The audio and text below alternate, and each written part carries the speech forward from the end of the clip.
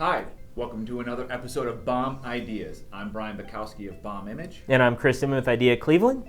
Today, Chris, I want to ask you really about the YouTube stats that actually matter. What are the things that you really should analyze, and maybe give us a couple ideas on how to do that?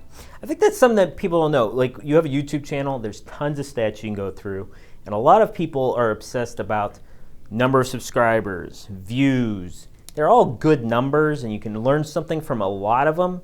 But I think there's some that if you as a business owner want to grow your business through YouTube, these are the three that I would analyze, all right? So the first one being average viewer duration. So we're having a conversation here. These bomb ideas are about 10 to 15 minutes, someplace in that range. Right. If nobody watches past 2 minutes, why are Brian and I continuing to talk? Right. We don't want to just hear ourselves talk, right? Correct. There's no value in us creating content that bores people and gets them out off the platform quickly. So pay attention to how long your viewers are watching.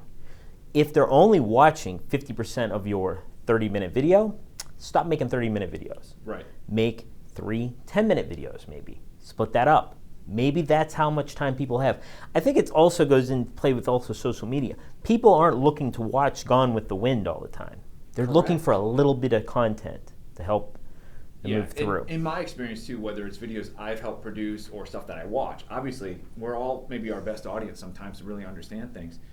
One, we've talked about it on other videos, but create something compelling that people actually need and want. If you're just talking and throwing words out there, people don't necessarily need that. I think the other one is you think about like even digital, marketing. You think about websites like emails above the fold.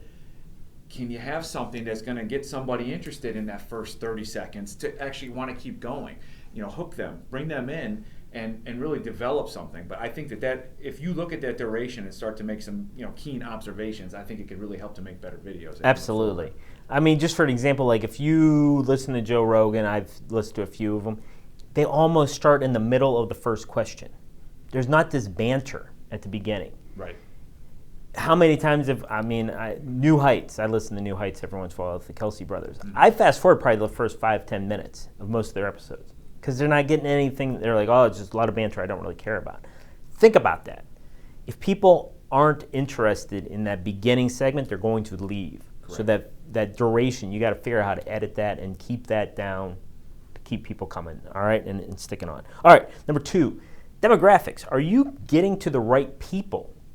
Or you can actually go by age, sex, location. There's a lot of demographic information there on YouTube that you can actually pull up. Are those people your ideal clients? If they're not your ideal client, you need to start thinking about, all right, how do I get in front of the right people? Because if you own a financial services company, let's say, and you're only getting from the 20 to 30-year-old viewers, those people don't have money to invest. That's not your ideal client. You want to get from 40 up, if not higher, of retirement age. So now you got to reassess and figure out, okay, how do I get in front of the right people? This is for all marketing materials. No doubt, and I'll even throw one out there. What if it's not your right demographic that you're looking for?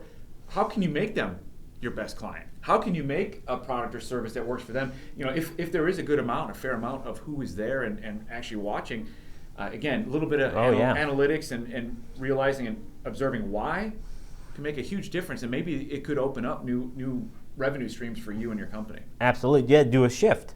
That's a great idea. The third one we got for you is traffic sources. So you go into traffic sources, and the one that I really like to look at is what are people searching for on YouTube that lead to your videos? Correct. So that goes with that whole SEO thing, but what are they searching? What are they clicking? Now expand on the things that are ideal. You'll get a lot of weird stuff in there. You're like, why did I come up in that search? Oh, okay. Because you magically said it and it's in the transcript on YouTube and it happens. But what are the subjects that people are really searching for? Yeah, what's the driver? Yeah, what's the driver? What's going to make things move the needle for those people? And again, you can either try to focus your attention on making sure they're the right ones, or again, shifting some focus and changing some things around. And how do you capture and do something with these other people that are coming from a different source or a different keyword or whatnot? Absolutely. All right, so jump on your YouTube analytics there. Look, figure this all out, go through it, don't be intimidated, and see what's working for you.